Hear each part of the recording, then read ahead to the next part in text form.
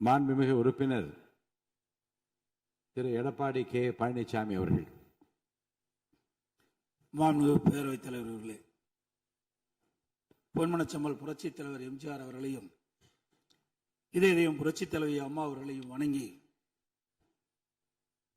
நடைபெற்று முடிந்த சட்டமன்ற பொதுத் தேர்தலில்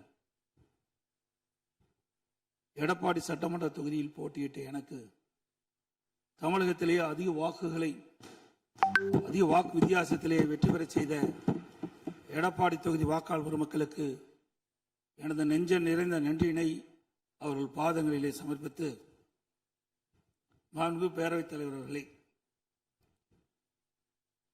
மாண்புமிகு முதலமைச்சர் தனி தீர்மானம் கொண்டு வந்திருக்கின்றார்கள்.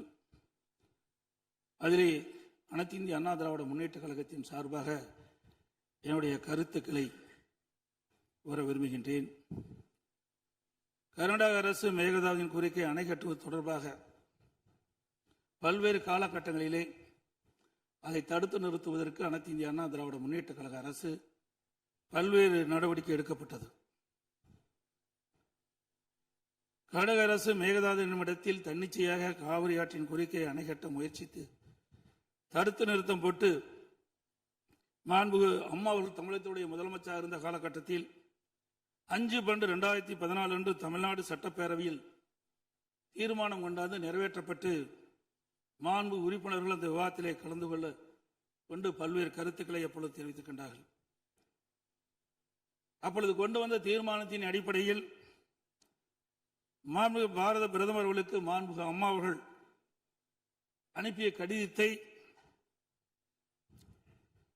அன்றைய தினம் இருந்த தமிழ்நாடு சேர்ந்த நாடாளுமன்ற உறுப்பினர்கள், புதுச்சேரியை சேர்ந்த நாடாளுமன்ற உறுப்பினர்கள் சுமார் 55 பேர் மாண்புமிகு பாரத பிரதமர் அவர்களை 28/3/2015 அன்று சந்தித்து இந்த கடிதத்தை கொடுத்து இதன் அடிப்படையில் நடவடிக்கை எடுக்க வேண்டும் என்று தெரிவித்தார்கள். அப்போது சம்பந்தப்பட்ட துறையிடம் தற்போதைய நிலை குறித்த அனைத்து விவரங்களையும் சேகரிக்க ஏற்கனவே அறிவுறுத்தியுள்ளதாகவும் இது குறித்து பரிசீலிப்பதாகவும் அன்றைய தினம் மாண்பு பாரத பிரதமர் நாடாளுமன்றத்திலே உறுதியளித்தார்கள். மேலும்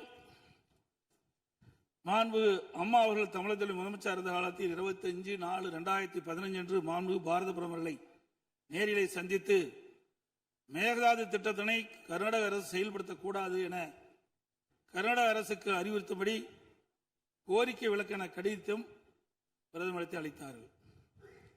மாண்புமிகு அம்மா அவர்கள் முதலமைச்சர் இருந்த காலத்தில் மாண்புமிகு பாரத பிரதமரிடம் 7/8/2015 மற்றும் 14/6/2016 ஆகிய நாட்களில் நேரில் சந்தித்து மேகதாது திட்டத்தினை கர்நாடக அரசு செயல்படுத்த அனுமதிக்க கூடாது என்று வலியுறுத்தினார்கள்.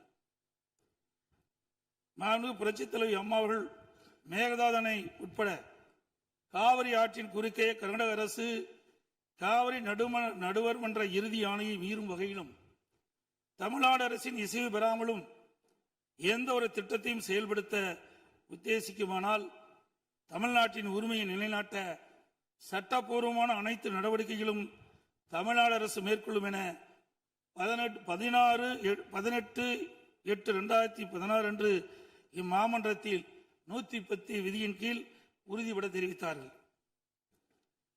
இதற்கிடையில் மாநில அரசுகள் தாக்கல் செய்த சிவில் வழக்குகள் விசாரணைக்கு உகந்ததா என்பது பற்றி உச்சநீதிமன்றத்தில் சம்பந்தப்பட்ட மாநிலங்கள் மத்திய அரசுடன் வாதிட்டன.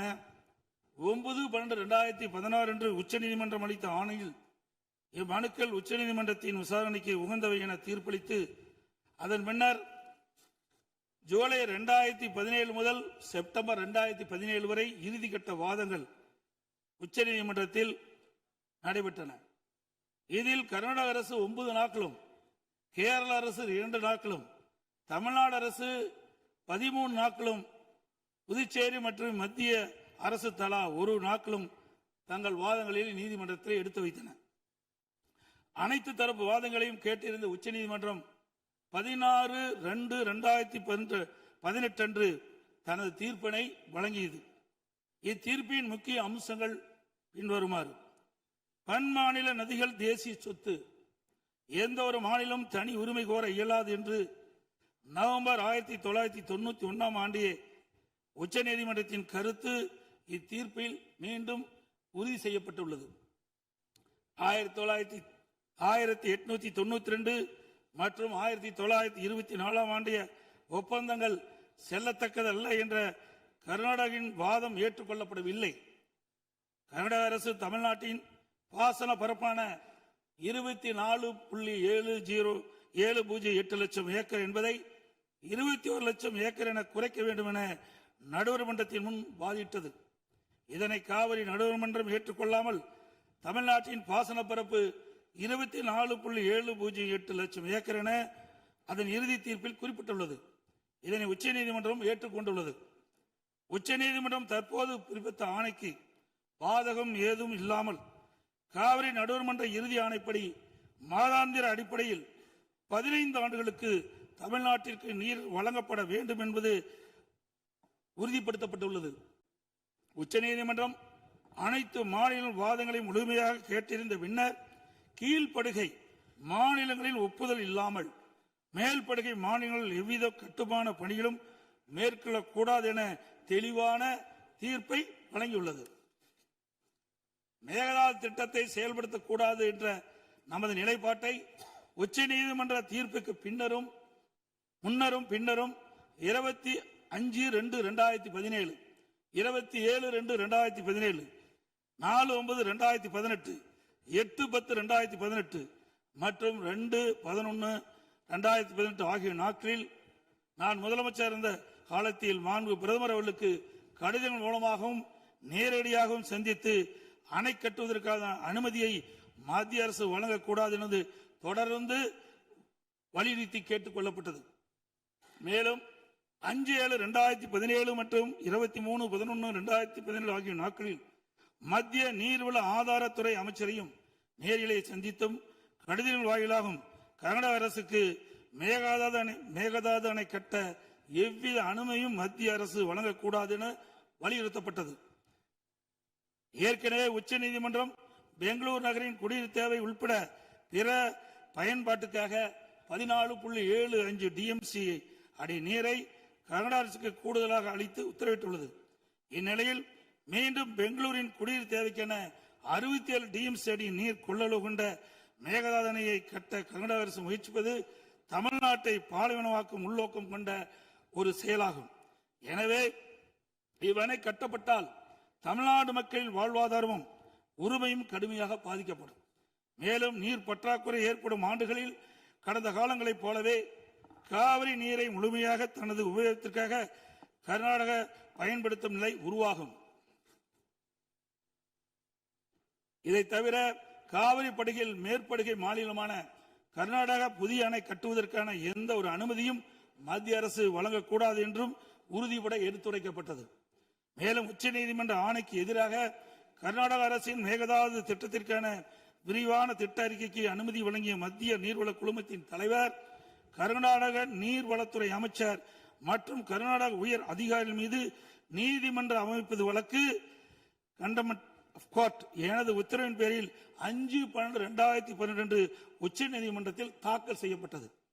மீண்டும் மேகதாதில் புதிய அணை கட்ட விரிவான திட்ட அறிக்கை தயாரிக்க மத்திய நீர்வள குழுமம் கர்நாடக அரசுக்கு அளித்துள்ள அனுமதியை திரும்ப கோரி மத்திய அரசை வலியுறுத்தி தமிழ்நாடு சட்டப்பேரவையில் 6/12/2012 அப்போது முதலமைச்சர் இருந்த நான் கொண்டு வந்த தனி தீர்மானத்தை ஒருமனதாக நிறைவேற்றப்பட்டது.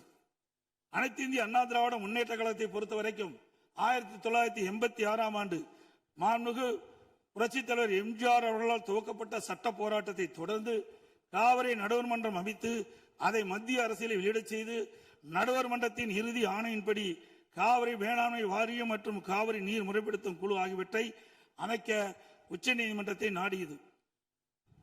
எனது தலைமையிலான மாண்பு அம்மாவின் அரசு எடுத்த தொடர் நடவடிக்கையின் காரணமாக 16/2/2011 உச்சநீதிமன்றம் இறுதி தீர்ப்பை வழங்கியது. தொடர்ந்து 1/6/18 காவிரி மேலாண்மை ஆணையம் மற்றும் காவிரி நீர் முறைப்படுத்தும் குழு செயலாக்கத்தை மத்திய அரசு அறிவித்து அதனை மத்திய அரசிலும் வெளியிடப்பட்டது.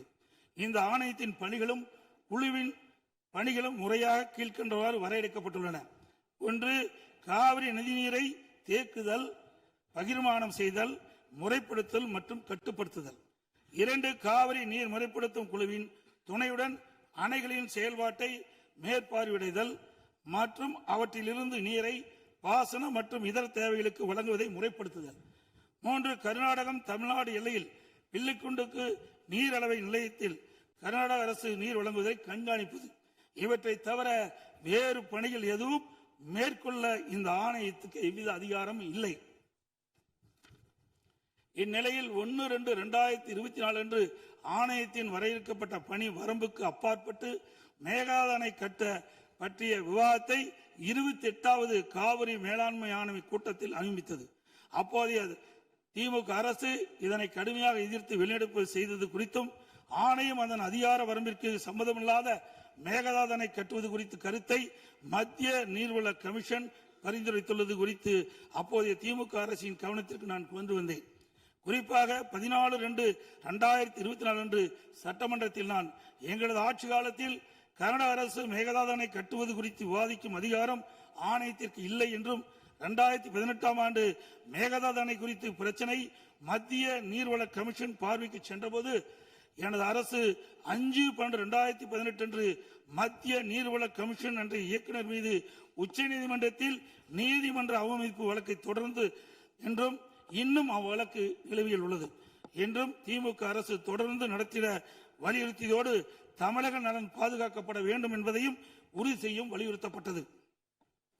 இந்த நிலையில நாம் ஏற்கனவே உச்சநீதிமன்றம் அளித்த தீர்ப்பு நமக்கு ஒவ்வொரு ஆண்டும் கர்நாடக அணையில் இருந்து 177.25 டிஎம்சி தண்ணீர் திறக்கப்பட வேண்டும். ஆனால் அவர்கள் முறையாக திறக்கப்படுவதே இல்லை. ஒவ்வொரு மாதம் நாம் போராடிதான் கர்நாடக அணையிலிருந்து தமிழ்நாட்டிற்கு தண்ணீரை பெற்று வந்து கொண்டிருக்கணும் என்பதையும் நேரத்தில் சுட்டிக்காட்ட விரும்புகின்றேன்.